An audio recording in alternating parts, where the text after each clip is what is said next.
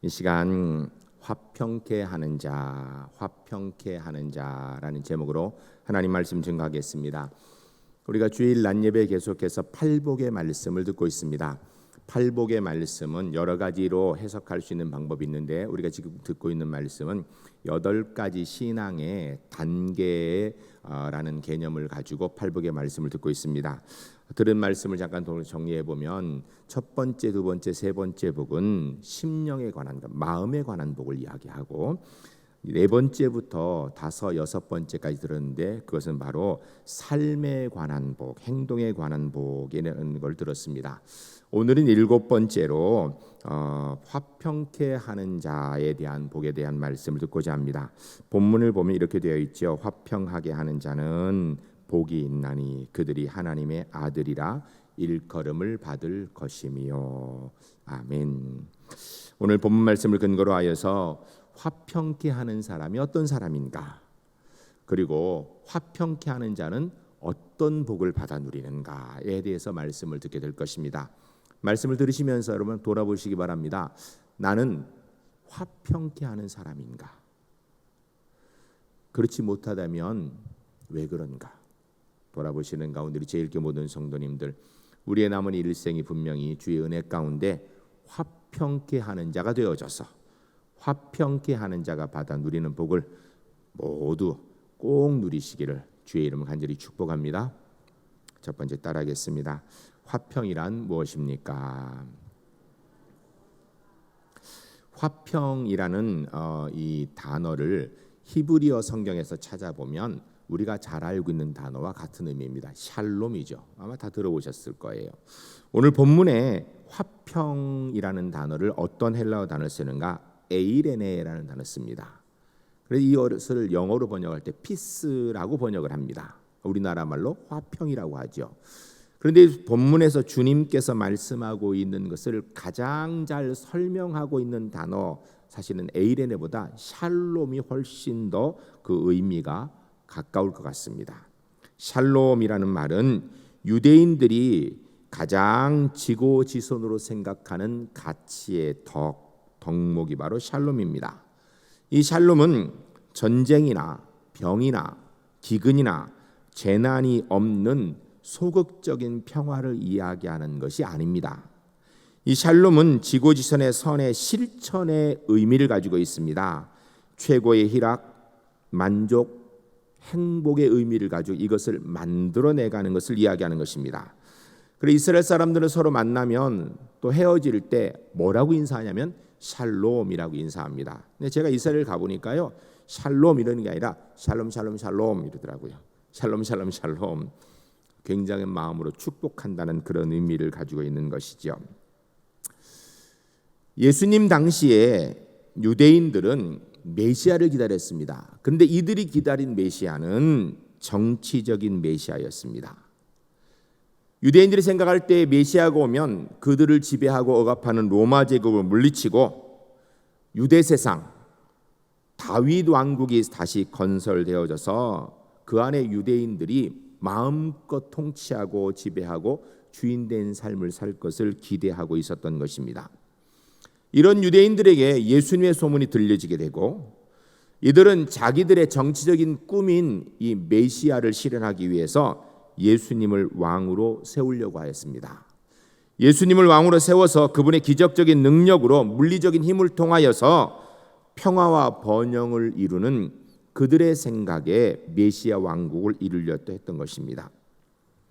그런데 여러분, 메시아는 평화의 왕이지 무력으로 통치하는 왕은 아니다라고 성경이 이야기하고 있습니다.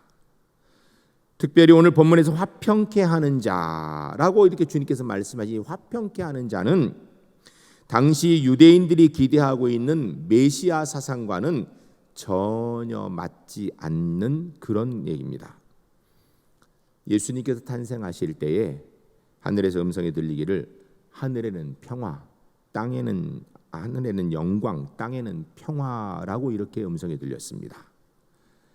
사실은 이 이야기도 당시 유대인들이 기대하고 있는 메시아 사상과는 전혀 반대되는 것이었습니다. 그렇기 때문에 화평케 한다라는 오늘 본문의 복은 당시 유대인들이 기대하는 복과는 사실은 굉장히 먼 것이었습니다. 주님께서 말씀하고 계시는 화평케 한다라는 것은 그 당시 유대인들이 기대하는 메시아 사상과는 달랐다라는 것입니다. 오늘 본문의 이 화평에 대해서 화평케 하는 자라는 말을 이렇게 이야기하고 있는데, 이 화평케 하는 자라는 이 단어가 아주 중요한 의미를 가지고 있습니다. 오늘 본문의 헬라어에서 화평케 하는 자라는 단어는 에이레네 포이오스라는 단어를 씁니다. 그런데 이 에이레네 포이오스는 에이레네라는 단어하고 포이오스라는 단어가 합성되어진 단어예요. 에이레네는 평화, 화평 이런 뜻으로 번역할 수 있고요. 포이오네라는 것은 행하는 자, 만드는 자, 그렇게 삶을 살아가는 자 이런 의미입니다. 그래서 이 에이레노 포이오스라는 단어를 사실은 합쳐보면 화평케 하는 자로 우리 번역을 했는데, 그 의미를 제대로 하려면 평화를 만드는 자 이렇게 번역해서 이해하는 것이 훨씬 좋을 거예요. 좀 더 쉬운 이해를 가지고 이야기한다면 영어로 피스메이커, 평화를 만드는 사람, 이 사람이 바로 화평케 하는 자입니다.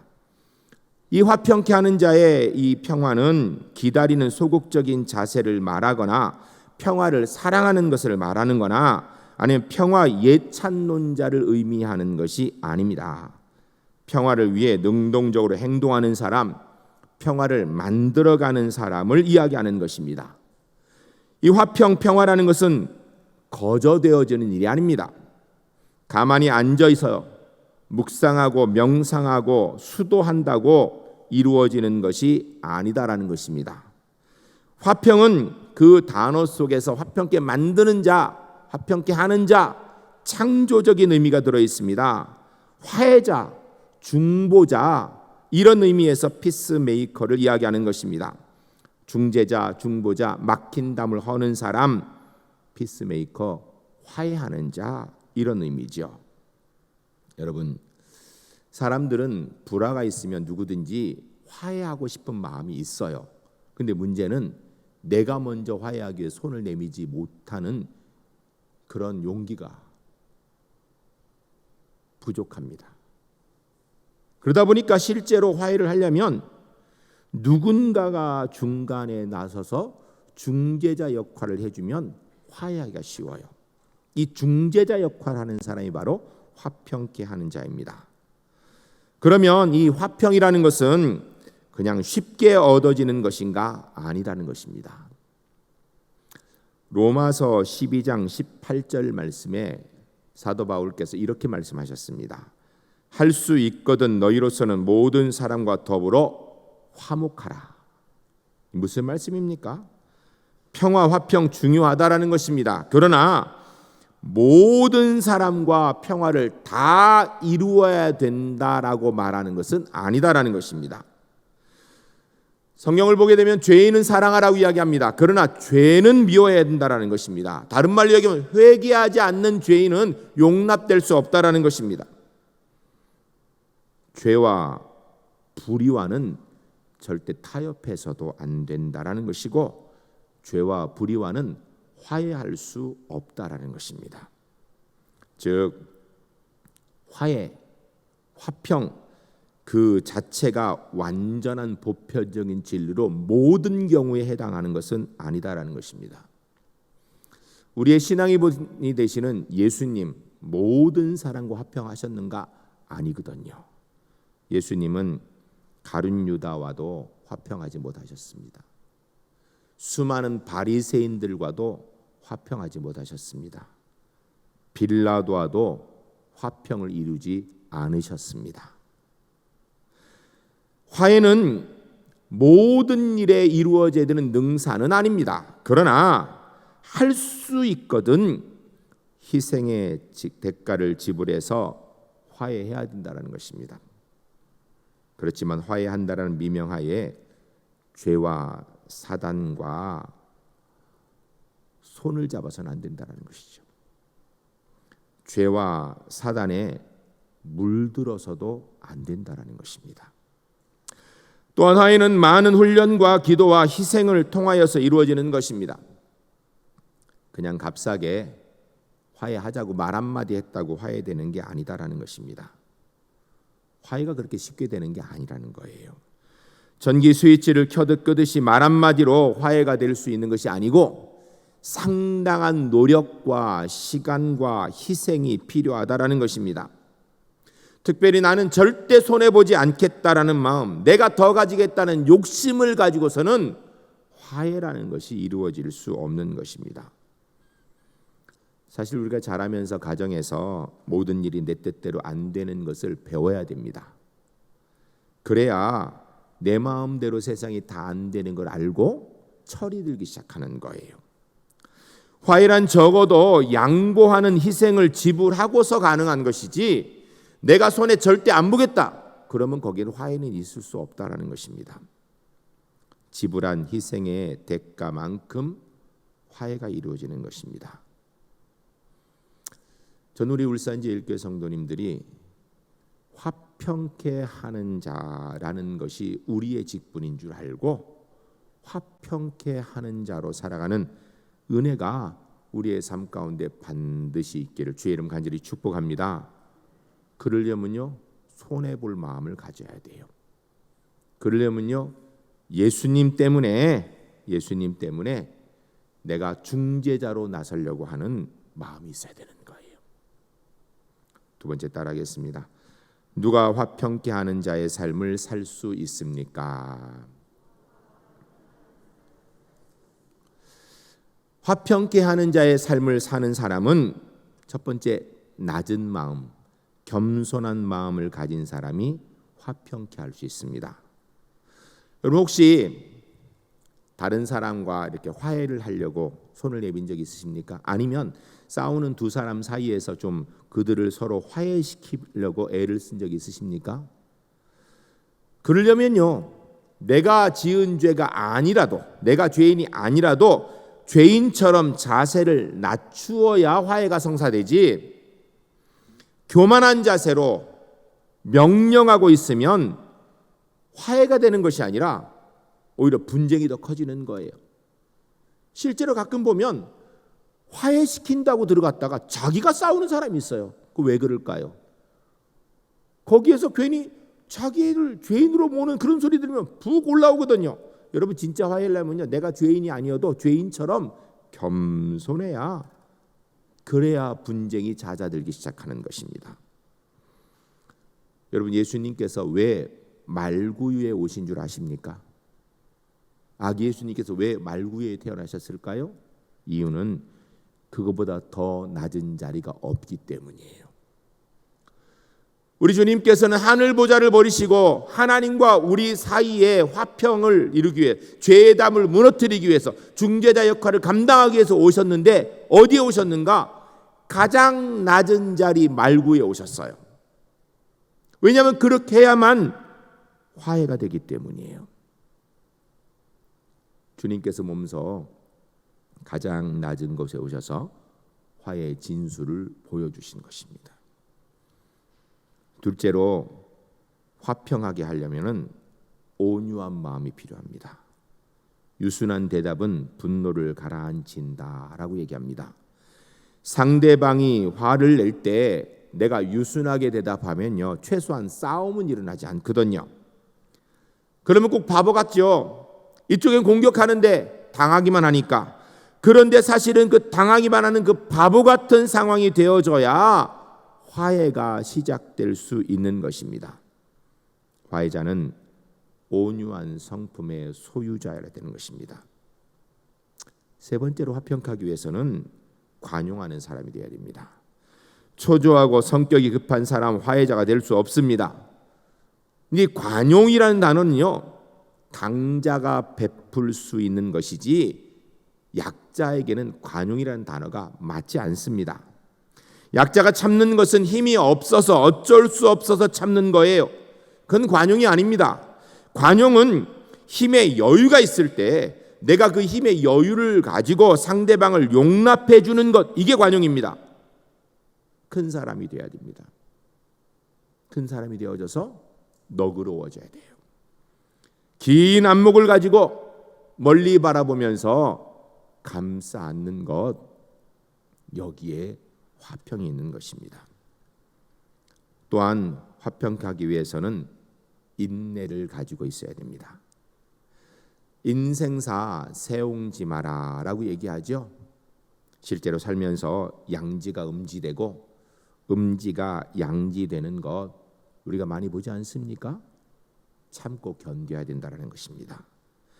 내가 베푼 인내가 언젠가는 빛을 발하고 상대방의 삶을 결정적으로 바꿔줄 때가 오는 거예요. 실제로 인생을 살다 보면 참는 것이 가장 중요해요. 참지 않고는 하나님의 뜻이 이루어질 수가 없습니다.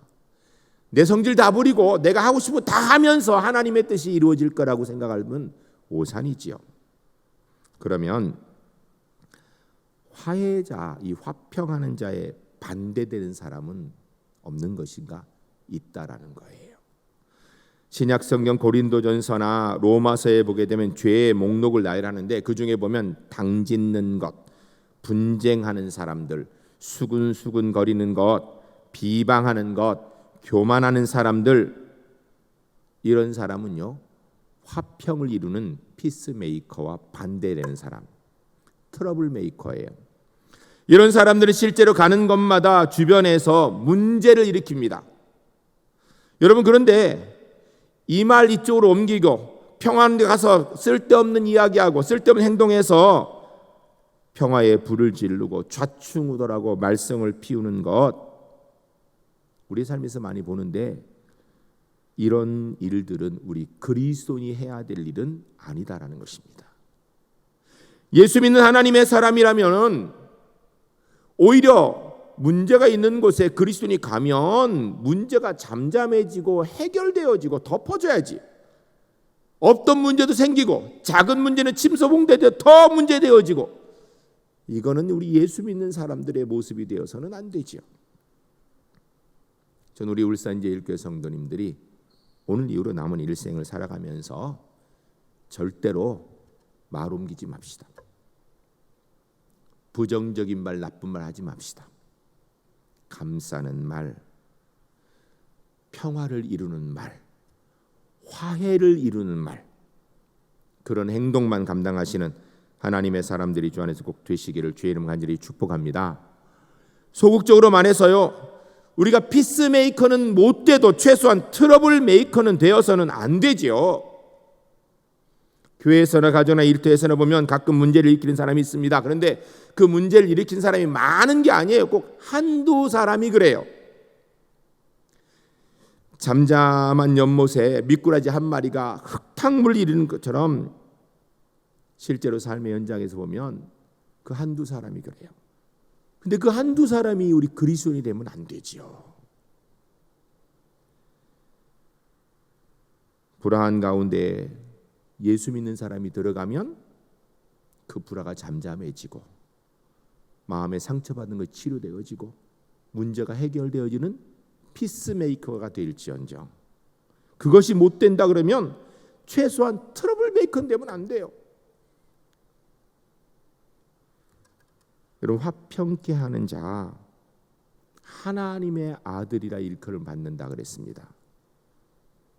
우리 예수 믿는 사람들이 어느 곳에 들어가니까 그곳이 뭐 교회든 가정이든 일터이든 어느 곳이든 가니까 그 사람이 가면 있던 문제도 없어져. 사람들이 마음에 상처받은 게 막 치유가 돼. 그럼 사람들이 뭐라 할 것 같아요? 와, 저 예수 믿는 사람이 달라지네.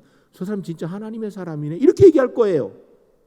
하나님께서 인정해 주신 것도 있지만 사람들이 먼저 그렇게 알아요. 그런데 반대로 예수 믿는다고 다 알고 있는데 가면 문제가 생겨. 없던 문제도 그 사람 때문에 더 커져. 그러면 뭐라 그럴 것 같아요? 저 예수 믿는 것이 낫다. 그래, 하나님이 영광되지 않아요.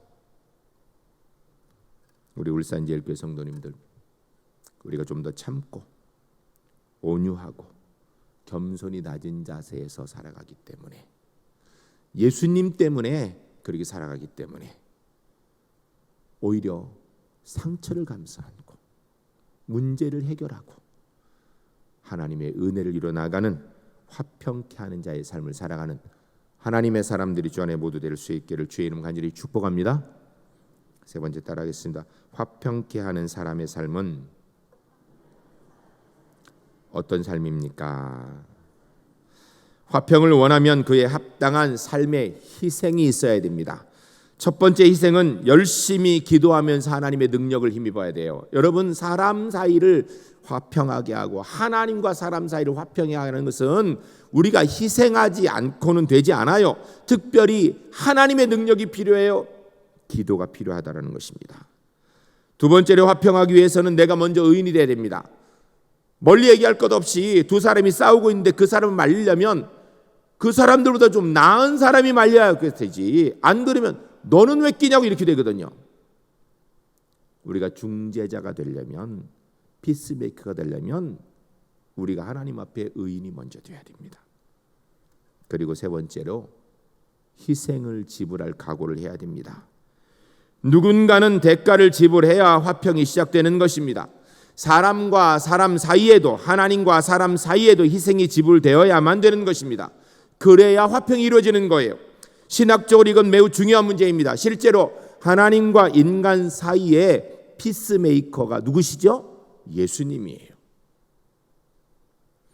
화평케 하는 자, 바로 예수님을 따라 사는 삶인 것입니다.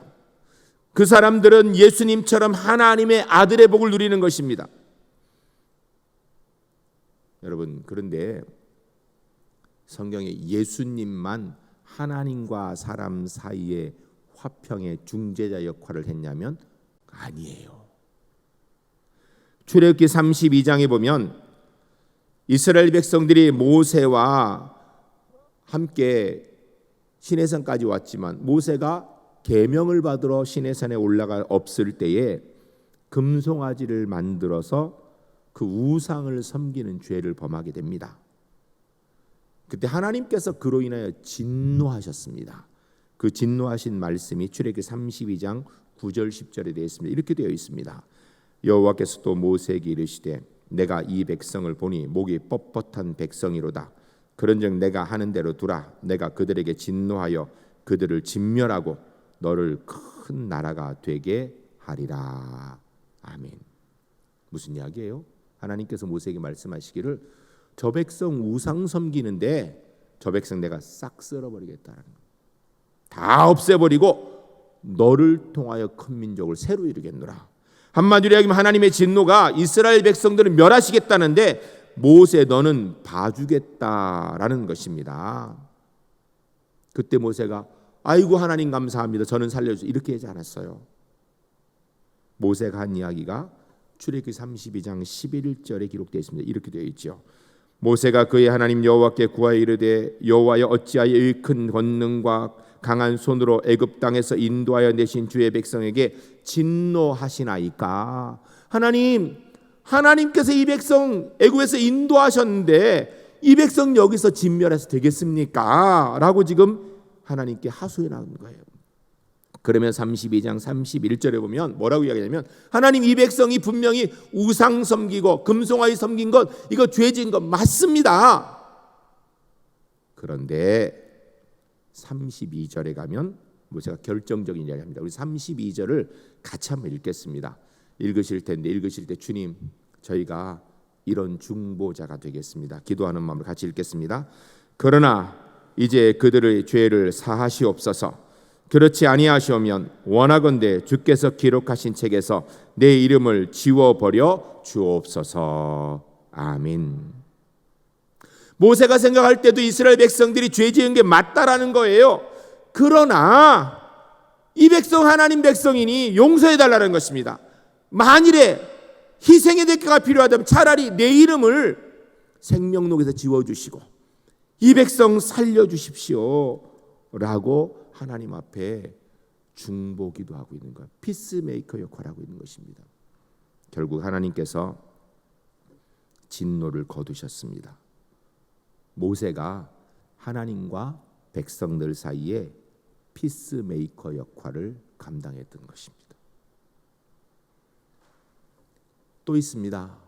민수기 16장 47절 이하에 보게 되면 레위인 고라, 다단, 아바림이 아론과 모세에게 반역을 합니다. 그때 이스라엘 백성들이 모세와 아론 편에 선 것이 아니라 고라, 다단, 아바림 편에 서서 모세와 아론을 돌로 치려고 하고 있습니다. 그것을 보고 하나님께서 진노하셨습니다. 민수기 16장 44절 45절에 이렇게 되어 있어요. 여호와께서 모세에게 말씀하여 이르시되 너희는 이 회중에서 떠나라. 내가 순식간에 그들을 멸하려 하노니 하시매 그 두 사람이 엎드리니라. 하나님께서 화나셨어요. 하나님의 사람인 모세와 아론에 반대하고 그들을 돌로 치려 하는 걸 보고 하나님이 화나셔서 너희 빨리 떠나라. 내가 순식간에 이 백성을 진멸해 버릴 것이다라고 진노하셨습니다. 이때 모세와 아론이 빨리 그 자리를 피한 게 아니에요. 46절에 보면 모세가 아론에게 이렇게 얘기합니다. 이에 모세가 아론에게 이르되 너는 향로를 가져다가 제단 불을 그것에 담고 그 위에 향을 피워 가지고 급히 회중에게로 가서 그들을 위하여 속죄하라. 여호와께서 진노하셨으므로 연병이 시작되었음이니라. 아멘. 하나님이 진노하셔서 멸한다고 하셨으니까 그냥 있지 말고 빨리 너 아론은 제단에 가서 그곳에 향을 담아가지고 그 향을 가지고 백성들 사이에 빨리 들어가라. 왜냐하면 하나님의 진노로 연병이 이미 시작되었다라는 것입니다. 그때 아론이 어떻게 했는가? 47절 48절입니다. 우리 함께 읽겠습니다. 읽으실 때 주님 저희가 이렇게 중보자가 되기를 합니다는 마음을 가지고 47절 48절 같이 읽겠습니다. 아론이 모세의 명령을 따라 향로를 가지고 회중에게로 달려간즉 백성 중에 연병이 시작되었는지라. 이에 백성을 위하여 속죄하고 죽은 자와 산 자 사이에 섰을 때에 연병이 그치니라. 아멘. 할렐루야. 할렐루야. 전 우리 울산제일교회 성도님들이 이 모세와 아론처럼 하나님과 백성 사이에 중보자의 역할을 감당하는 하나님의 사람들이 되시기를 주의 이름 간절히 축복합니다. 백성이 범죄하였습니다. 하나님 진노하였어요. 그래서 백성 중에 연병이 시작되었을 때 아론과 모세가 도망간 게 아니에요. 하나님이 진노하신다고 하니까 도망가지 않았습니다. 백성 중에 연병이 있을 때 도망가지 않았습니다. 오히려 모세의 명령에 따라 아론이 그 연병이 퍼지는 곳에 하나님의 향로를 가지고 들어갔습니다. 아론이 죽은 자와 산 자 사이에 설 때 연병이 오히려 그쳤다라고 이야기합니다. 하나님께서 모세와 아론에게 백성을 진멸할 때이 떠나라 하실 때 그들이 떠났으면 이스라엘은 끝났을 것입니다. 그런데 그들은 떠나지 않았습니다. 오히려 백성 사이에 들어갔습니다. 그 연병이 창궐한 곳에 들어가서 서니 하나님의 진노가 오히려 거두어지게 되고 이스라엘 백성들이 구원받게 되는 은혜가 이루어지더라는 것입니다. 모세와 아론이 이곳에서도 피스메이커, 중재자의 역할을 한 것입니다. 우리가 잘 알고 있는 믿음의 조상 아브라함의 이야기 가운데 창세기 18장에 보면 하나님께서 소돔 고모라가 너무 죄악이 관영하여서 멸망시키기로 결정하시고 아브라함에게 와서 그 얘기를 하십니다. 그때 아브라함이 조카 롯이 그 소돔 성에 있는 걸 생각하면서 조카 롯을 생각하여서 하나님 앞에 기도합니다. 하나님, 소돔 성이 죄진 건 맞는데요. 거기에 만일에 의인 50명이 있으면 하나님 어떻게 하시겠습니까? 하나님께서 말씀하시기 의인 50이 있으면 내가 그 의인 50명이나 해서 그 성을 용서해 주지라고 말씀하셨어요. 근데 아브라함은 아무리 생각해도 50명이 안 되는 것 같아. 하나님 혹시 5명 모질란 45명이면 어떻게 하시겠어요? 하나님께서 45명의 의인이 있으면 용서해 주지. 다시 아브라함이 40명은요. 40명도 용서해 주지. 30명은요. 30명도 용서해 주지. 20명도 하나님 앞에 모세 아브라함이 다시 하나님 한 번만 더 얘기할게요. 의인 10명이 있으면 어떻게 하시겠습니까? 그래 하나님 말씀하시기는 의인 10명이 있으면 10명의 의인이 하여서 그 성을 내가 용서해 주리라 라고 말씀하셨어요.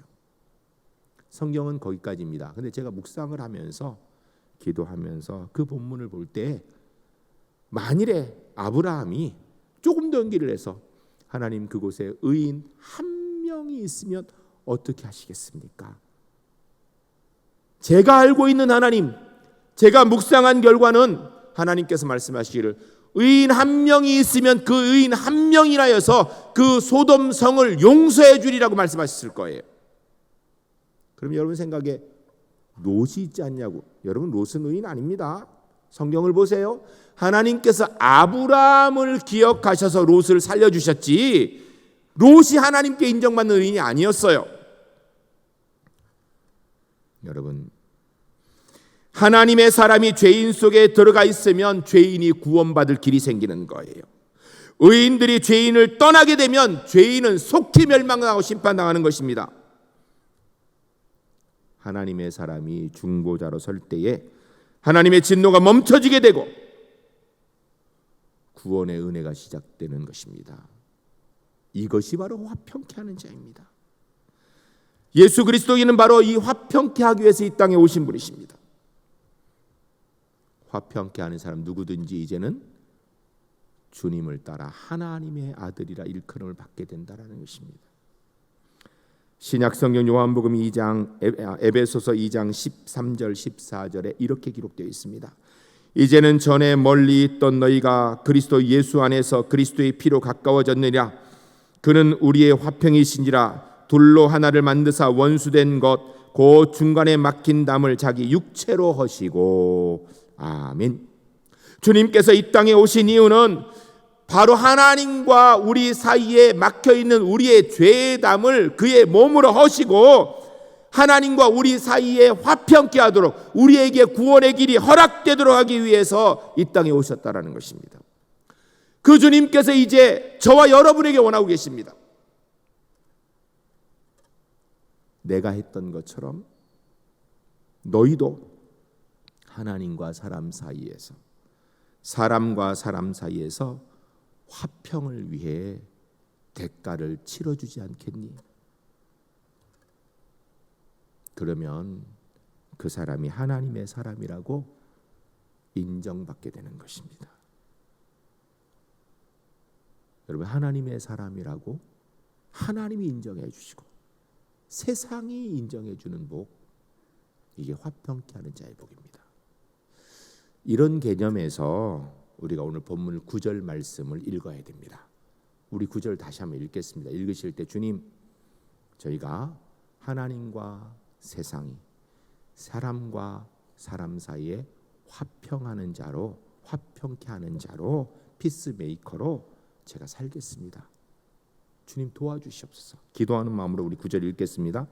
화평하게 하는 자는 복이 있나니 그들이 하나님의 아들이라 일컬음을 받을 것이며. 아멘. 한 번 더 읽겠습니다. 주님, 저희는 부족합니다. 사실 이렇게 할 능력 없습니다. 그러나 성령 하나님께 도와주셔서 화평케 하는 자 되겠습니다. 기도 한번 다시 읽겠습니다. 화평하는 자는 복이 있나니 그들이 하나님의 아들이라 일컬음을 받을 것이며. 아멘.